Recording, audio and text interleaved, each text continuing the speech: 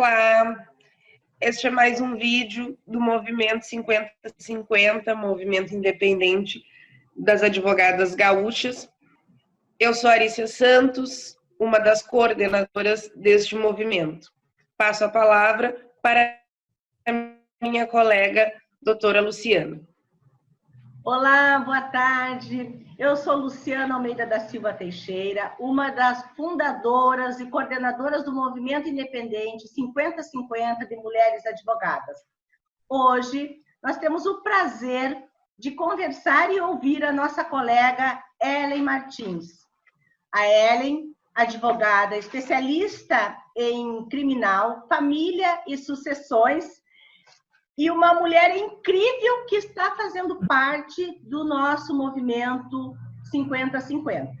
Ellen, muito obrigada por estar na nossa vida, no nosso movimento, e por fazer parte desta caminhada também de mulheres no movimento.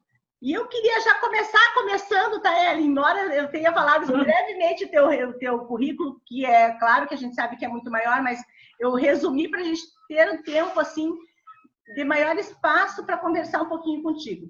Eu quero saber da Ellen, a Ellen enquanto mulher, a Ellen enquanto advogada. Me conta para nós um pouquinho da tua trajetória, Ellen. Como é que tu chegou na advocacia? Como é que foi assim a tua vida? Conta um pouquinho para nós. Tá bem. Bom, primeiro, queria parabenizar vocês pela iniciativa desse movimento, que é um movimento muito importante, é um movimento necessário, principalmente para esse momento que nós estamos, que temos que avançar muito ainda, apesar de já termos avançado, né? Queria agradecer o convite e a oportunidade de estar aqui conversando com vocês. Bom, a minha trajetória, ela iniciou de uma forma bem diferente. Estava até comentando com a Luciana agora, que eu, antes de ser advogada, eu trabalhei como técnica em informática, eu tenho essa formação, e dei aula, passei algum tempo nessa área, até que vi que aquele não era o meu caminho, que eu queria me comunicar com as pessoas, que eu queria falar mais sobre, e não ficar só em meio às máquinas, né? Então, busquei trabalhei com comércio, até que eu decidi fazer o curso de Direito para que eu entrasse na área da polícia. Cursando a faculdade, eu vi que não era o meu objetivo verdadeiro, que de fato eu queria mudar a vida das pessoas e que aquele caminho, talvez, para a área da polícia não seria o caminho que mais condizia com o meu perfil mais de fala, o meu perfil mais de pensamentos mais críticos, que ali eu seria uma pessoa que mais executaria as questões. E dentro da faculdade, estudando e crescendo nos meios ali de comunicação social com os colegas, eu fui percebendo que tinham diversas questões que me incomodavam muito, apesar de ser formada na Fundação Escola Superior do Ministério Público, que é uma faculdade que tinha por perfil ter muita mulher.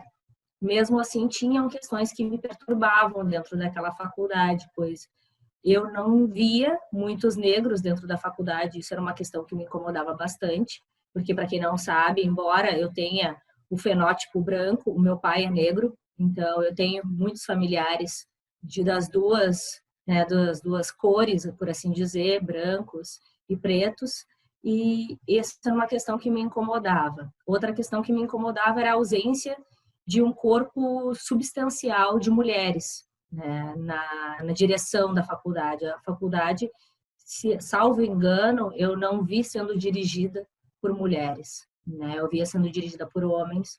Não tínhamos muitas professoras, tínhamos professoras na área de família, tínhamos uma professora na área criminal, uma professora na área de civil, mas uma faculdade inteira ali composta por 3 ou 4 professoras, era uma questão que para mim saltava aos olhos. Então, desde o meio da faculdade, eu comecei a me envolver com essas questões. Eu acho que muito também, sabe, daí dos méritos da Fundação do Ministério Público, porque aqui eu não estou fazendo uma crítica, ela é só um reflexo da sociedade mesmo, e ela tinha um currículo, que eu agora não sei se permanece, mas que a cadeira do primeiro semestre, do primeiro ano, era Sociedade e Crime, e era ministrada por uma mulher. E nós debatíamos os crimes e a sociedade como um todo e o que ocorre. E ali nessa cadeira nós debatíamos muito as questões e isso foi muito interessante, que desde o início foi nos deixado claro que não existe crime passional, né? Então, foi um debate muito importante para mim.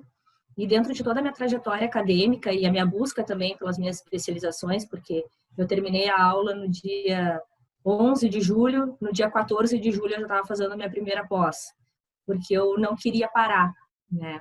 Então, hoje eu estou cursando a quarta, já a especialização, por conta disso, de nunca querer estagnar em nada, e sempre buscando esse debate. A gente faz parte de grupos de estudo, na área de família, na área de violência, na área de gênero, e eu acho que o movimento, ele condiz muito com a minha trajetória, até pela minha trajetória dentro da Ordem dos Advogados, porque assim que eu me formei, eu busquei os movimentos sociais para tentar fazer algo de melhor para a sociedade.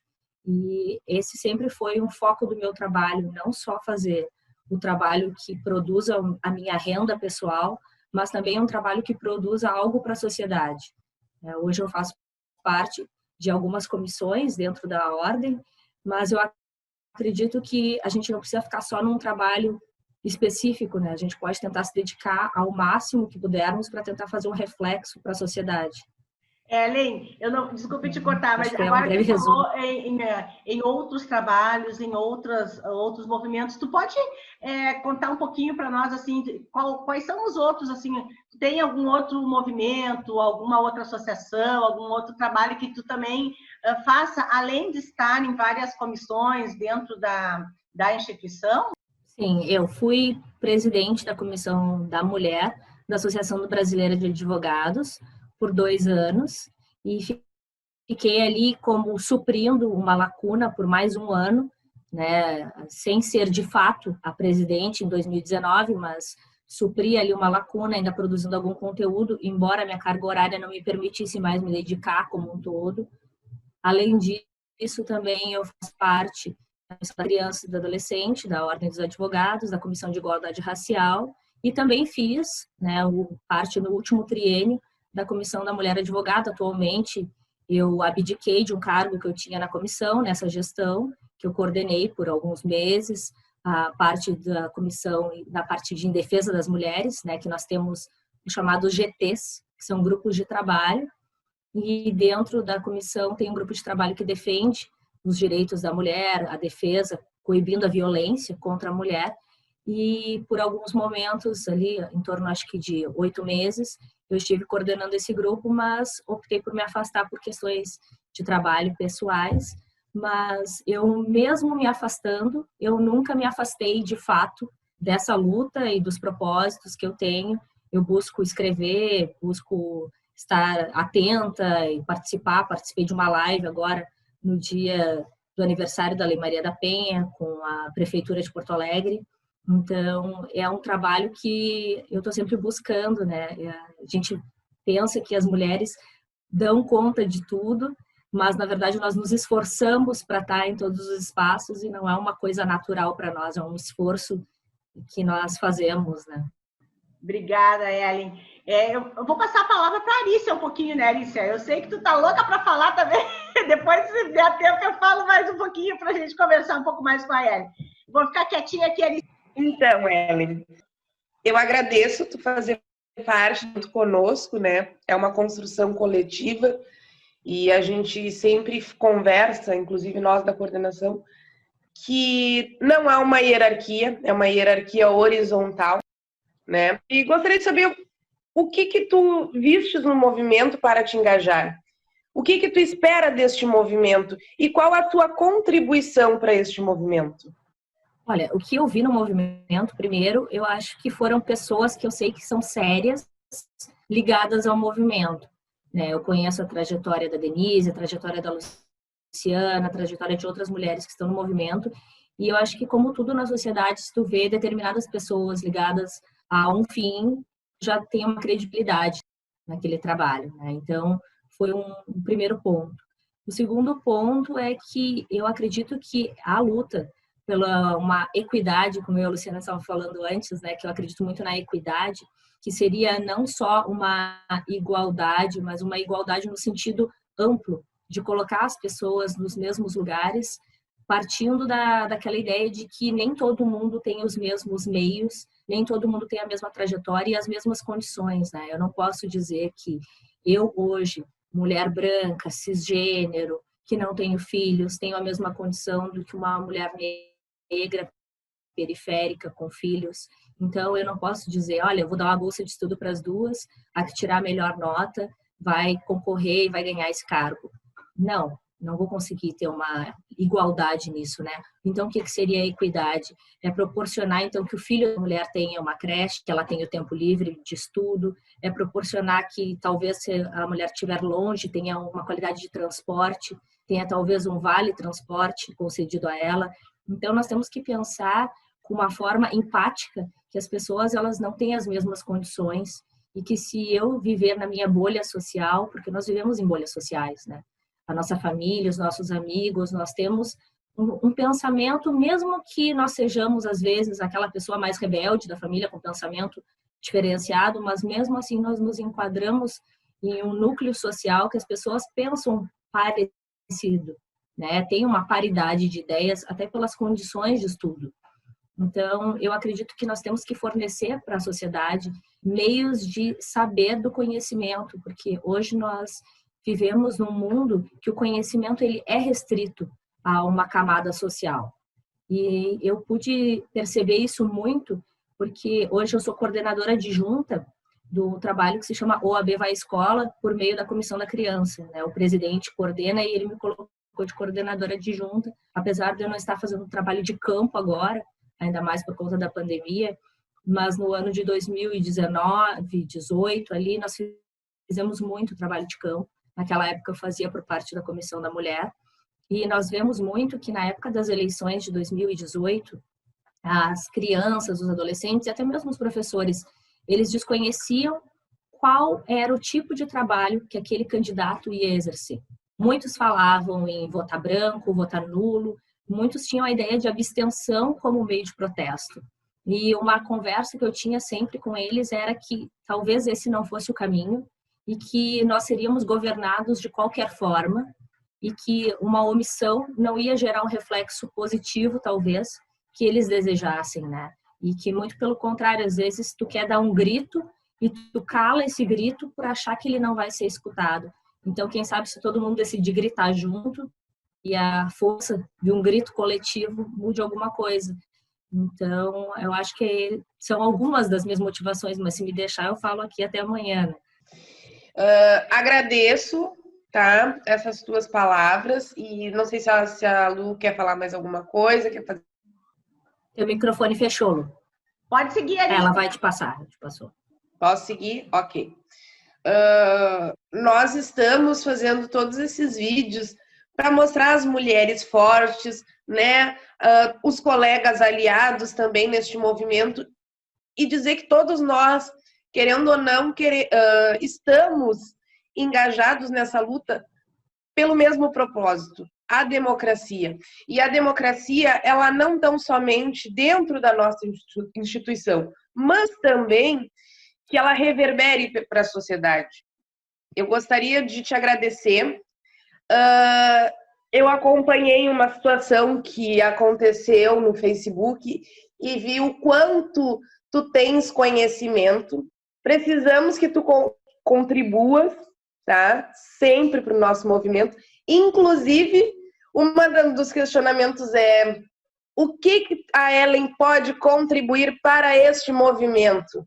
Eu até sei a situação, porque assim, antes eu era muito ativa nas redes, mas pela minha saúde psicológica, eu deixei de ser tão ativa, mas existem pontos que, olha, não tem como tu ver uma agressão tão forte e não te colocar. Eu acho que tem momentos que se tu não te coloca junto com o agredido, tentando fazer uma defesa, tu faz às vezes de um agressor, né? Então tem momentos que a gente não pode se calar.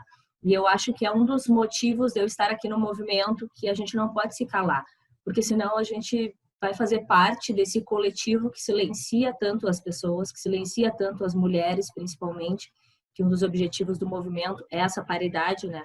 Dizendo com as mulheres, levando as mulheres à política, até porque o que eu penso muito que eu tenho para contribuir é isso, é ser uma voz tanto no meio que eu me enquadro, quanto no meio também de idade, né? Porque eu tenho hoje 31 anos e eu acho que eu despertei até tarde. Eu entrei na faculdade um pouco mais tarde, como eu falei, eu tive uma trajetória anterior. Eu entrei com 21 e eu acho que eu fui despertar para essas questões lá com os 25. Mas hoje, estando dentro das escolas, fazendo o trabalho do Viva Escola, vejo que os adolescentes e as crianças, eles estão despertando mais cedo.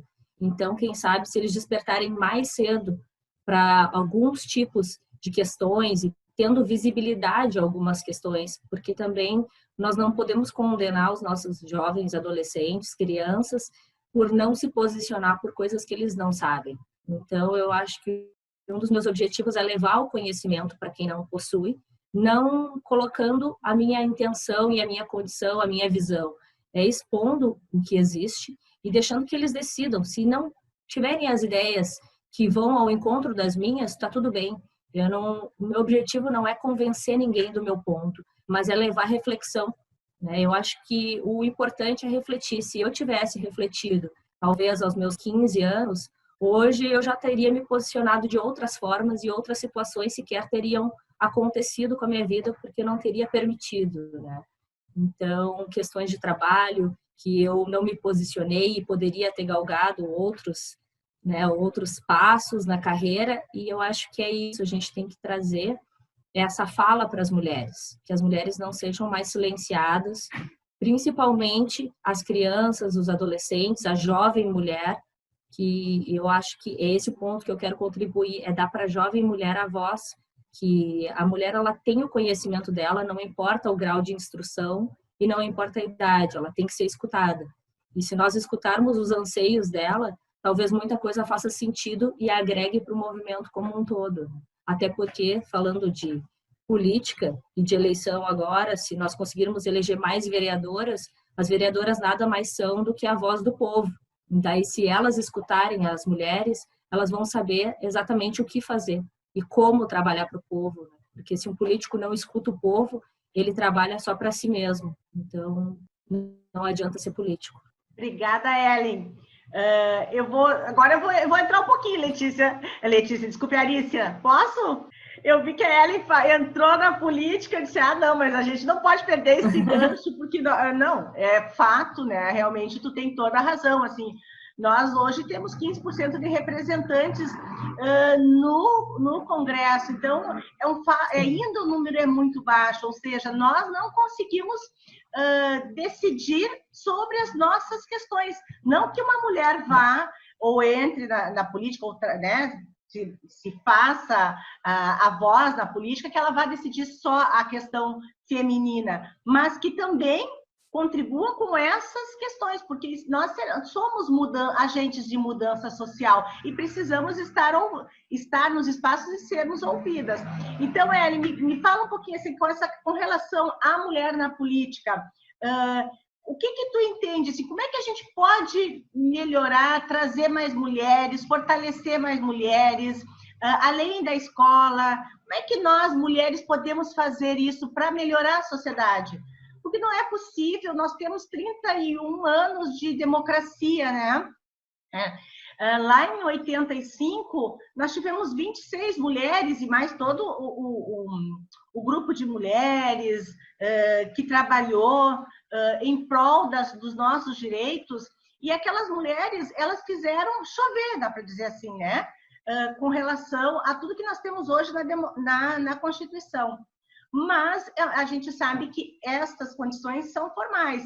E para materializar isso, como é que a gente pode ajudar, contribuir? Porque é bem como tu diz, assim, a gente não pode fazer com que a pessoa pense como nós, mas pelo menos precisa pensar nessa opressão, precisa pensar por que nós não estamos em todos os espaços, por que tu mesmo percebeu, dentro da universidade, o grande número de professores eram homens, a tua visão de profissão era pela visão masculina, assim, né? Tinha aquele olhar, tu não te enxergava ali naquele espaço, enquanto mulher, né? Enquanto gênero. Então, conta para nós um pouquinho, assim, como é que tu acha que a gente pode ajudar uma sociedade moderna, uma sociedade contemporânea que consiga entender, interpretar que nós, mulheres, sim, temos direitos, e devemos ter espaços e oportunidades. Que esse também é um dos nossos objetivos enquanto movimento, é conscientizar a sociedade de todas essas situações referente a gênero, a raça e etnia. Então, a gente precisa dessa contribuição para reverberar em outras instituições, em outros espaços, em outras comunidades, que assim a gente vai crescendo. Se tu puder contribuir um pouquinho, Ellen, eu agradeceria. E já vou dizer, gurias, que falta, assim, 7 minutos. 7 minutos. 7 minutos, tá? Mas eu acho que dá tempo da gente, pelo menos um pouquinho. Se desse, a gente ficaria a tarde toda, né, Ellen, debatendo. É verdade. Dá para te falar um pouquinho e aí depois a gente faz as considerações finais, pode ser?